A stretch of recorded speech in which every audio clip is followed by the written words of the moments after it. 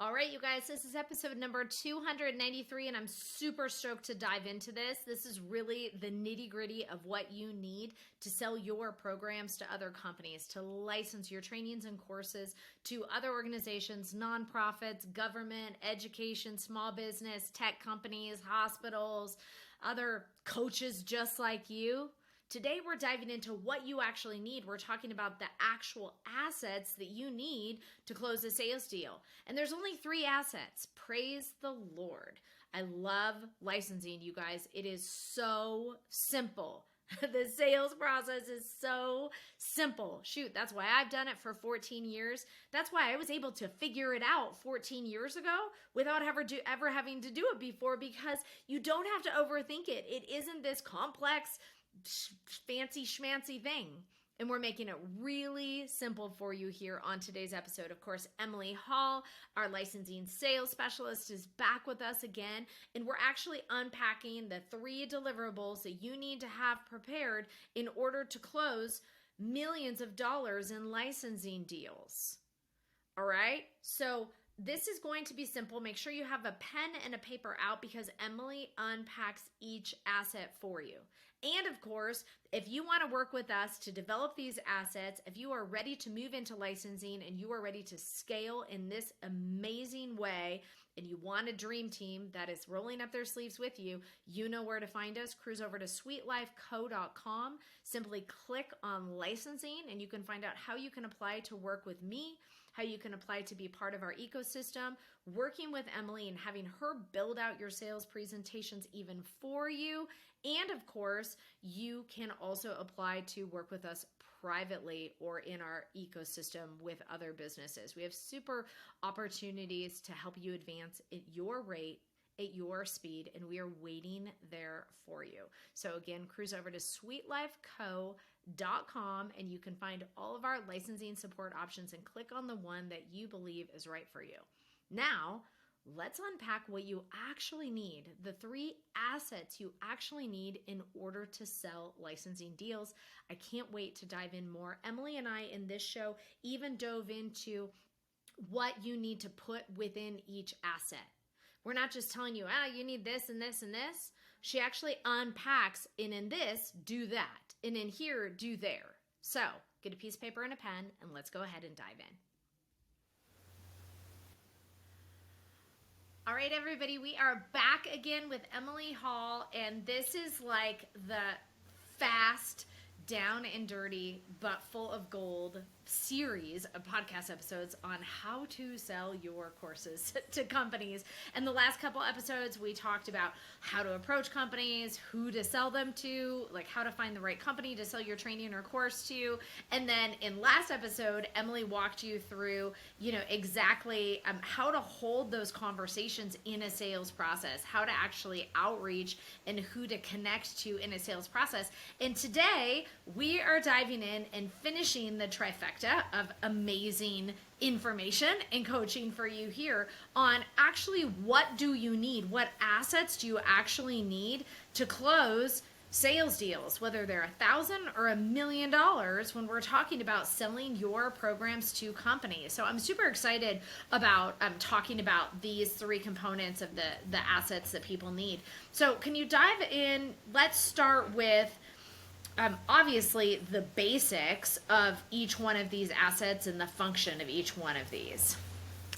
So the 3 assets that you need to close any sale, the first one is a 1-pager. So this is going to be a high-level description of what your program is. You need really that social proof, or the proof of the problem, so some sort of data, some sort of something that illustrates what problem they're feeling, that validates that, that then flowing into the features and the benefits and the value of having that overall transformation solved, getting to that transformation, what, that big value thing that they are looking for, then diving into, a high level of what the format of the program is, what the features are, what all the benefits are, the kind of not the nitty gritty, but a little bit more detail, then about you, about the educator, about your company, your credibility markers, brands you've worked with, things like that. So it's really just an at a glance one, maybe 2 pages tops. This comes in early in the process. It's something that you typically engage in with your champion, which we talked about in the last episode. And that then becomes a kind of a talking point piece for them to be able to take within their organization to make sure that they're representing your program and your brand and you the way that you want them to. And so this can be standardized, it can be customized for different industries, for different brands. It can be as simple or as complicated as you want it to be. Simpler is often best with one-pagers though. So I love this. We're talking about one-pagers because I know our audience is really familiar with one-pagers when it comes to pitching themselves to speak. So we have speaking one-pagers. We have, one-pagers to get pitched on podcasts, to be a podcast guest. But what's so cool about this is that you're really talking about a one-pager that talks about the problems and solutions of their actual offer. So it's an offer one-pager, it's a program one-pager, and it's talking about, hey, listen, why should your company bring in my training? Why should your company bring in my course? These are the markers, these are the problems we solve. So literally, it's as simple as that. That very first thing, it's a higher level one-pager in order to sell a program. And so it's cool if it's 2 pages, you think, in many cases? It can be, yeah. If it works visually to have it just a little bit more spaced out, you don't want to compromise readability and having it feel overwhelming to look at. You'd rather have them read it, right? So if it's think of it like a resume, like if it goes onto 2 pages because it really needs to, that's okay. Just make sure that it's cohesive and clear and it's not 2 full packed pages. It's 2 pages that have room to breathe and you're using design a little bit differently. You've got a little more space. You've got a little more room to play visually so that they can scan it faster. That's kind of the only reason that you would dip into 2 and kind of where you want to hold yourself back there from using 2 pages as an excuse to just fit more information on. That is not the goal. Not the goal. Well, and I know that's a big problem, but we see that with our clients, right? They just want to share everything, and they're like, oh my gosh, I want to get out there, I want to put everything in that one pager. So can you just highlight again for those people that are listening, like what are the most important things that need to be on this? It's not everything, but what exactly should be on this one pager? Yeah, less is more, and every single one of my clients has run into this exact same thing. You think that every single part of your program, every single detail, every single statistic, everything is so special and so important. You have such an attachment to it, and you really have to look hard in the mirror and get a little bit critical about how you walk those back a little bit and think about what are truly the most important words that need to be on this page. It very much is an introduction to your program, it's not selling the program itself. It's getting them interested. It's bringing them to the table. That's the goal of this one sheet, is to pique their interest so that they come to the table with you to have more conversations. So the things that you want on there are a really high level overview, kind of a tagline type situation. You want to outline the problem and kind of the overall solution, that big transformation, and whether that's through data or whatever other kind of things that you typically will use to sell those. A lot of that can be transferred from your B2C sales. If you're already doing B2C sales, that can come over pretty easily. And then you want to talk about really high level, the program format, the structure, what's included. Again, not getting into the nitty gritty. This is not like a full detailed proposal, which we'll talk about in a little bit, but this is just a very, very quick, here is what the thing is.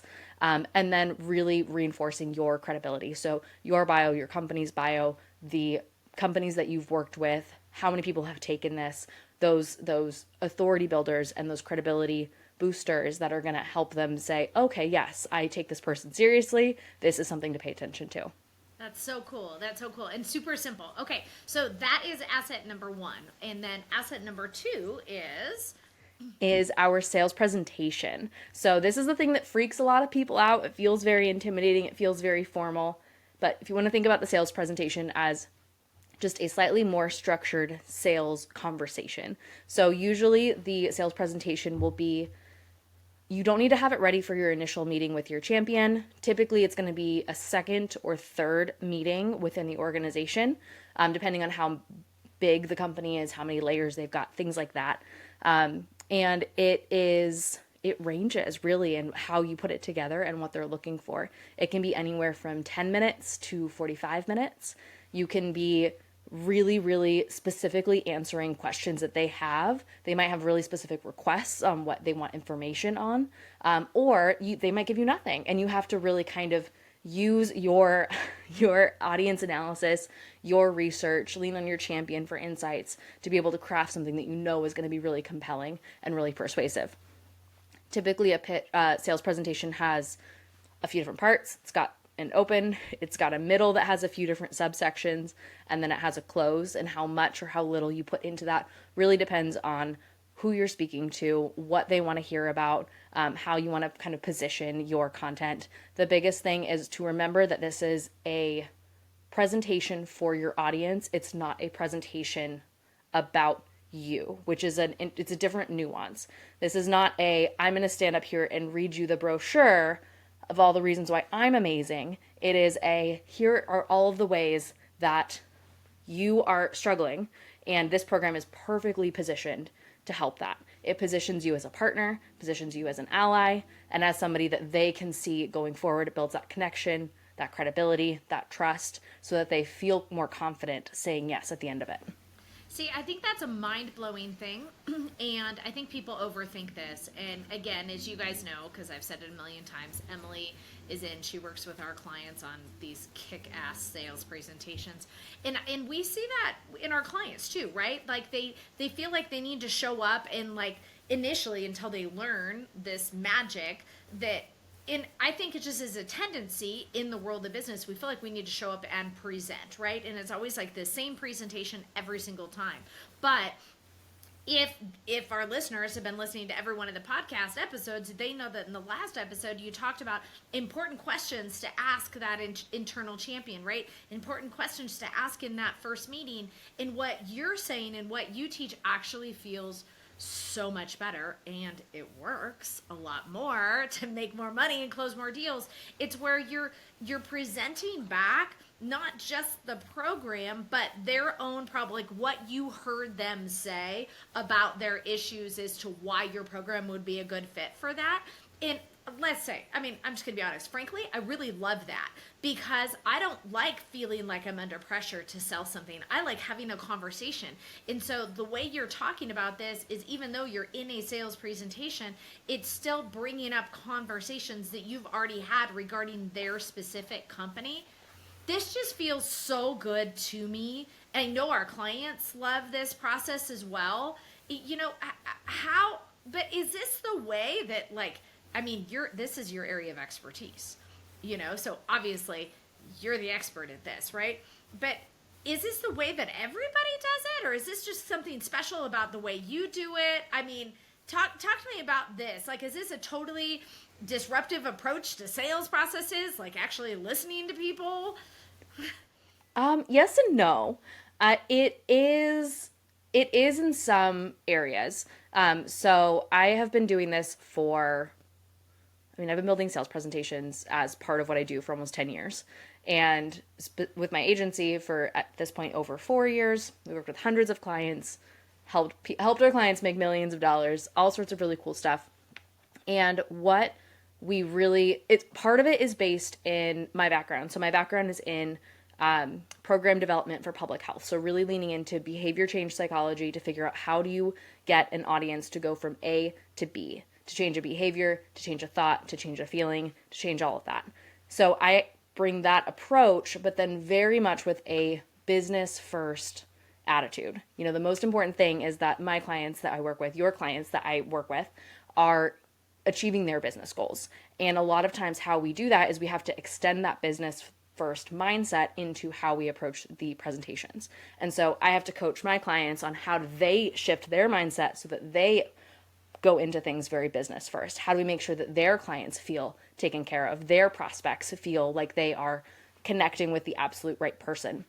And so this is based in communication science, it's based in marketing principles, it's based in all sorts of stuff. And then when you get into the presentations, there's a whole bunch of like design science and how we build all of those things. We build all the assets for our clients for this process.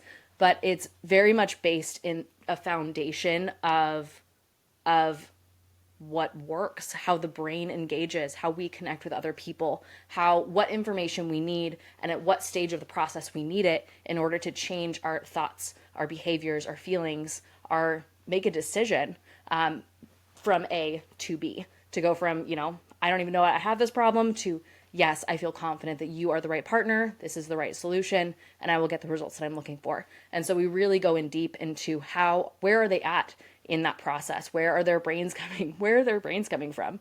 What do they need to hear? What can we provide to them to help them feel better about it? And how can we do that in a way that feels very collaborative so that they feel heard, they feel understood? And what that does is that strengthens our approach, because we're then able to serve them up more targeted information. We're able to answer their questions better and ultimately help them feel better about their decisions. Mic drop right there. Okay.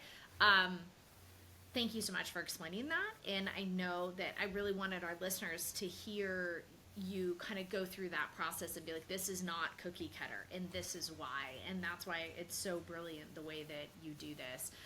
So thank you for sharing all this. So we talked about needing a one-pager. So that's asset number one. Number two is this genius sales presentation that's led by science and communication and all the things you said. And then what's the third asset that people need to sell their programs? They need a proposal. So the one pager is really what helps them get that first meeting. The presentation is what helps them, convince the decision maker, convince the people at the table that this is the right thing. And then they have to actually get that decision in writing. And the way that they do that is through presenting the proposal. So the proposal is really just an expansion of all of the messaging that they've already built, but an expansion into the logistics. And this is where it's really cool that I know that your clients and a lot of clients that I work with use the proposal as an opportunity to customize things so that it fits within the client's parameters. And so this is where all of that research that you've gathered, all of that information that you have been taking notes on, that you've been listening to, that you've heard, that you've reacted to, it can all come into this one place to really show the client, yes, I see you, I hear you, this is what we have prepared for you that is a just for you version of what you're looking for. The transformation that you're looking for that we provided to all these other people, here's a flavor of it that fits your logistics, that fits your format, that fits your, your software, where it's hosted, when we're going to bill, how our contracts are going to work, who's going to own what, things like that. All of those specifics go into that proposal. And that's then where you really get them to sign on the dotted line. So your ask typically at the end of a sales presentation is, are we ready to send a proposal over? And that yes means that they're ready to review the logistics. And then it may have to go through review processes. Typically, the bigger the organization, the more the reviewing. And so that's where really following up with the people that you have built those relationships with throughout the process is really important to be able to get that signature back, to be able to roll in from there. So good, and so simple. And again, many of our listeners to this show have been in the consulting or the expert advisory space for years and years. And, when you're selling consultancy services, you don't sell them like this. It's been very complicated for them for the last 10 years. That's why, you and I are both such an advocate for licensing. It's like this crazy secret that nobody talks about, which is why we're trying to bring it to the surface here. And it's so simple. It is a one-pager. It is a presentation of actually just saying back to them what you've heard, and it is a proposal based on a customization from what I would call a base product, what I would call a base offer. And so this is really eye-opening, I know, for a lot of our listeners. And hopefully just, everybody comes to me and they say, I just don't know what I don't know.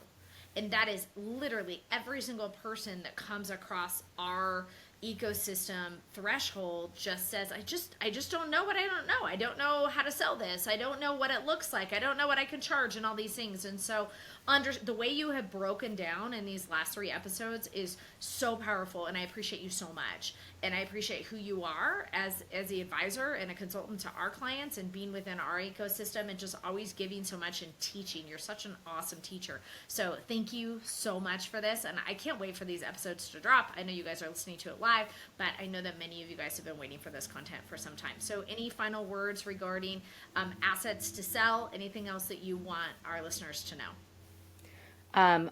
Don't overthink these. I know that it's easy to get really overwhelmed with thinking you have to have all of these ready in advance. A lot of times it's really just important to get those first leads, get those conversations, get those meetings on the books, and then the rest will evolve, the rest will happen naturally. So don't worry about what is next. Focus on the asset that you need to build at the time. Focus on listening to your client. That's the most important thing. And trust that you will be able to build something that really resonates with them because you've been listening, because you've been responding in a way that is supportive and connection driven. And if you need help with this, let us know. We're happy to help. This is what our agency does. But it's something that, don't worry about it before you need to worry about it, because that's a really big thing that we see our clients get very overwhelmed with before they need to be. And it affects, how you come into conversations, and you feel that stress and you feel that tension because you're thinking, okay, do I do a proposal now? Do I do it later? Do I have to have it in the initial meeting? You don't have to have any of that ready. And so it's just give yourself a little bit of space, trust that it's a process. It's not going to all happen at once, and know that you'll get to that next stage when you get there. I love it. Thank you so much, Emily. We really appreciate you. Thank you. Okie dokie, you guys. That is a wrap of episode number 293. Wow. Those were 3 powerful episodes, 291, 292, 293, where we went in and unpacked how to actually sell your programs to other companies. Prior to that, we unpacked how to actually package your opportunities, your content, your courses, and your trainings.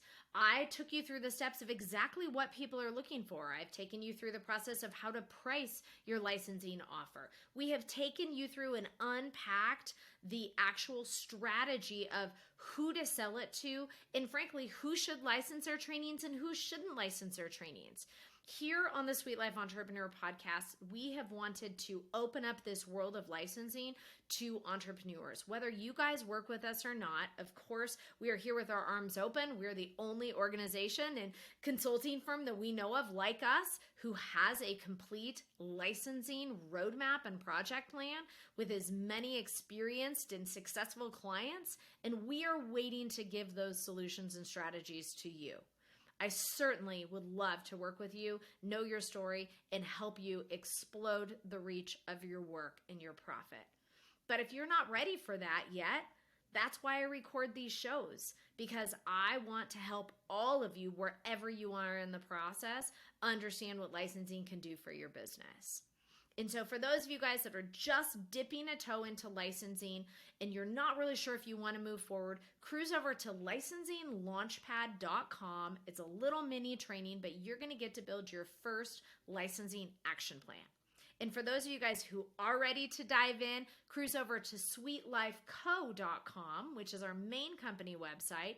Simply click on licensing and you're going to find all of the different options. We are here to work with you in a one-day workshop. We're here to work with you in our Amplify Licensing Accelerator. And we are also here in a done-for-you capacity to hold your hand in a VIP setting and build out all of your licensing for you.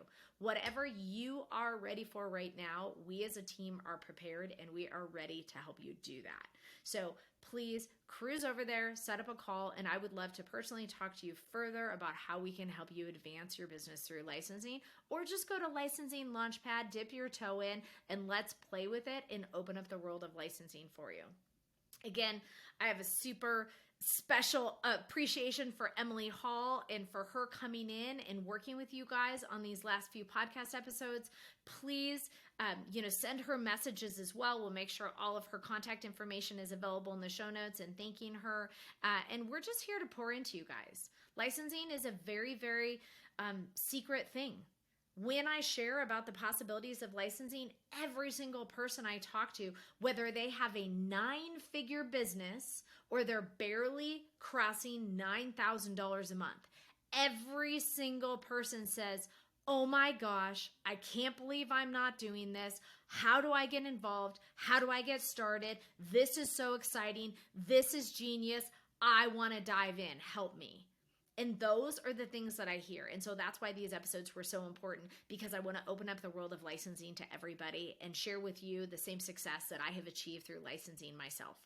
And so hopefully this was beneficial to you. Thank you so much for spending time with me here on the show, sharing this show. Next week, we're diving into more trusted business strategy and coaching that consultants will be charging you thousands for. We just give you free here on this show. Thank you so much for tuning in. Again, you can find how to work with us and any other support we have for you is always available at sweetlifeco.com. You guys be awesome, and I'll talk to you next week.